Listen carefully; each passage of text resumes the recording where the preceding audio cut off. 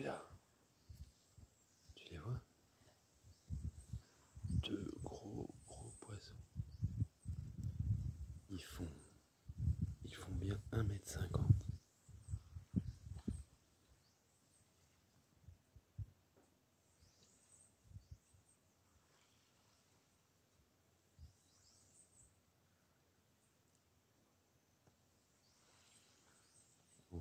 On va voir si on les verra en allant se baigner après.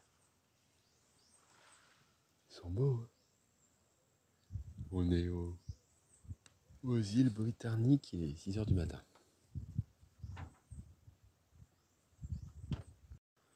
Bon alors celle-là c'est pour Andrea, parce que Hugo ça fait 2 aujourd'hui.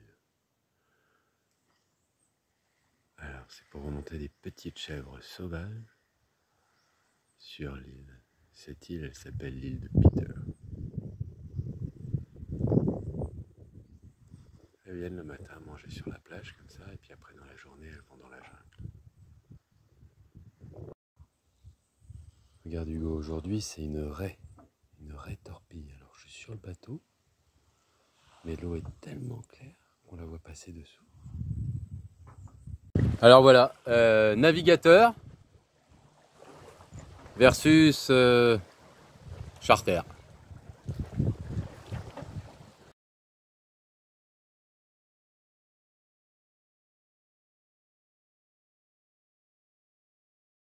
Allez hop, en route départ de la baie de Peter. Alors je m'étais quand même accroché à la tahitienne à l'arrière au niveau des haussières.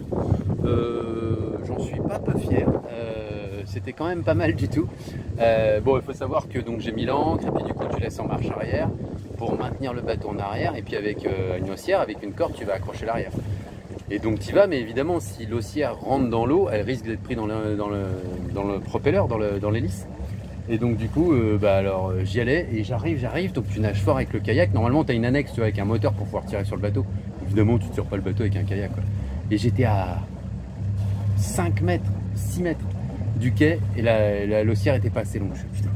Je retourne au bateau, je rallonge l'haussière, j'arrive, et puis après j'étais à 1 mètre. Je me disais c'est pas vrai. Il fallait que je mette 3 haussières pour pouvoir arriver là-bas. Et puis voilà. Par contre c'était un endroit magique, vous avez vu les petites vidéos avec les couleurs et tout. Une belle baie. Voilà. Peter Island. Maintenant on va à destination ou Pelican Island ou Indian. Et après il va falloir aller traverser le chenal là-bas. Mais là pour l'instant c'est bien brumeux, bien pluvieux. On va prendre son temps. Alors on est sur le site le plus réputé de snorkeling sur les British Virgin Islands.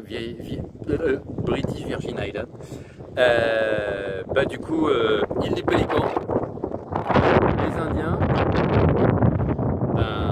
le loup est attaché, je vous emmène avec moi. Allez, venez.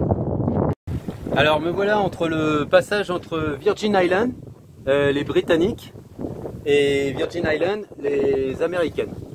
Alors il faut savoir que les Américaines, jusqu'en 1917, elles étaient aux Danois, et ils les ont vendues aux Américains pour garder le monopole dans ce qui s'approchait dans Panama.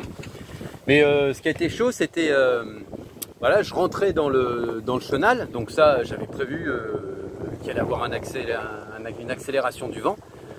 Mais voilà. À ce moment-là, il y a un orage qui est arrivé, donc du coup on est passé de 10 nœuds à 25 nœuds. J'étais en ciseaux, ça a été un peu chaud, c'était au moment où j'étais en train d'accrocher la baume devant. Comme quoi il n'y a pas de petite manœuvre, il faut toujours faire super gaffe.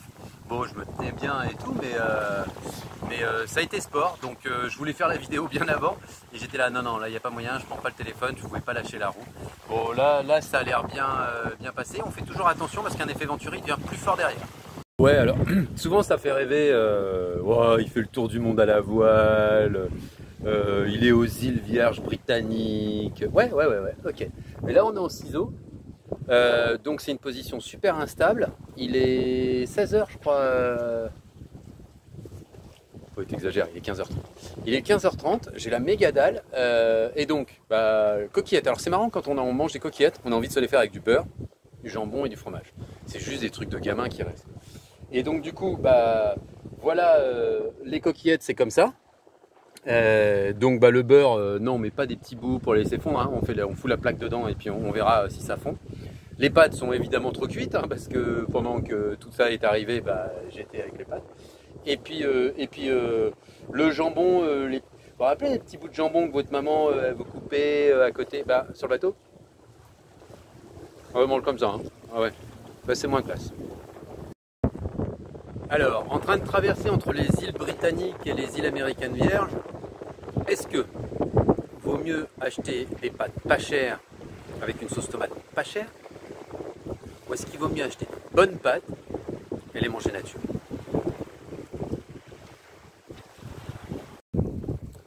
Ah, ça me tend. Ça me tend. J'ai pas de données depuis 3 jours. Donc ce que j'ai fait, c'est que j'ai demandé à mon voisin Tyrone et sa famille, j'ai dit tiens, t'as des données, comment ça se passe au niveau des ouragans? Il m'a dit il y en a qu'un au sud et puis un qui se développera dans quelques jours. C'est bon pour la République dominicaine. Okay. Là, je passe entre les États-Unis et l'Angleterre et tout d'un coup, je reçois sur mon téléphone les pubs, quoi. Ah, vous avez ça, ah, vos photos, vous voulez regarder un an en arrière, vous avez un truc YouTube. Putain, tout de suite, j'essaie de checker la météo, télécharger le fichier GRIB, qui est le fichier de météo, et les ouragans, quoi, enfin les trucs importants.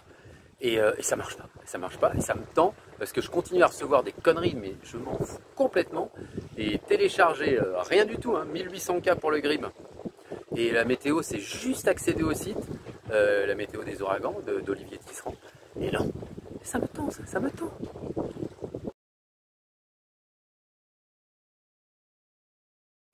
Alors ça, c'est ce qui est magique en bateau, c'est que ça fait 35 minutes que j'approche de cette île. Island Tobago, elle s'appelle. Évidemment, c'est pas Tobago Cay. Et est-ce qu'on va voir? Non, on voit pas le rayon de soleil sur ce nuage qui est magnifique. Et on approche juste tout doucement, et ça fait doucement monter la pression. Et juste derrière, il y a comme une grotte, et c'est là que je vais passer la nuit.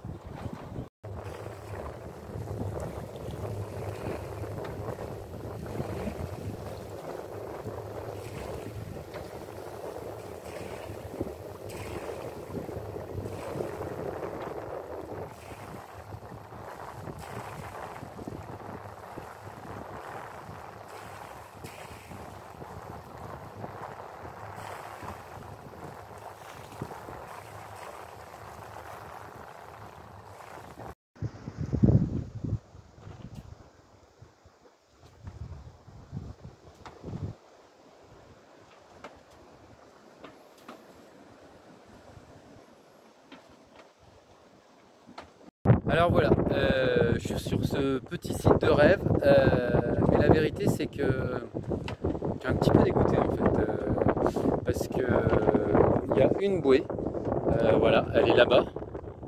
Alors c'est difficile à visualiser là, mais enfin elle est vraiment proche des rochers, elle est là où c'est pas trop profond. Sincèrement, pour accéder en voilier, c'est pas trop possible. Donc c'est pour un bateau à moteur et pas un voilier.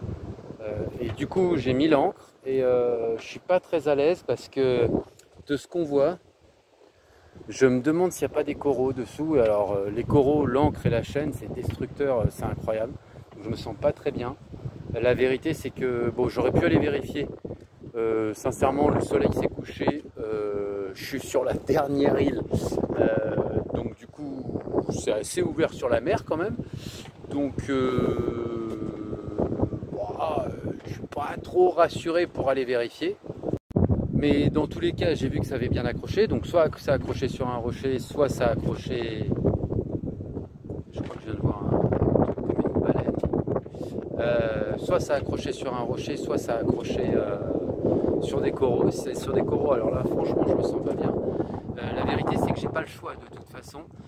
Parce que les autres îles qui sont là, c'est des îles américaines. Donc qui dit île américaine dit qu'il faut un visa, il faut faire une autre clearance et tout. Donc ça c'est pas possible. En plus il faut faire un ESTA et tout. Et donc du coup je suis obligé de dormir là parce que pour partir après pour les 48 heures de navigation. Donc ça c'était l'arrêt obligé.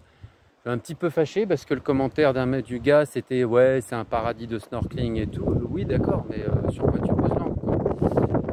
Je verrai demain matin. De toute façon j'y peux rien maintenant. Donc ça change rien, j'ai plus le choix. Autre leçon de lâcher prise.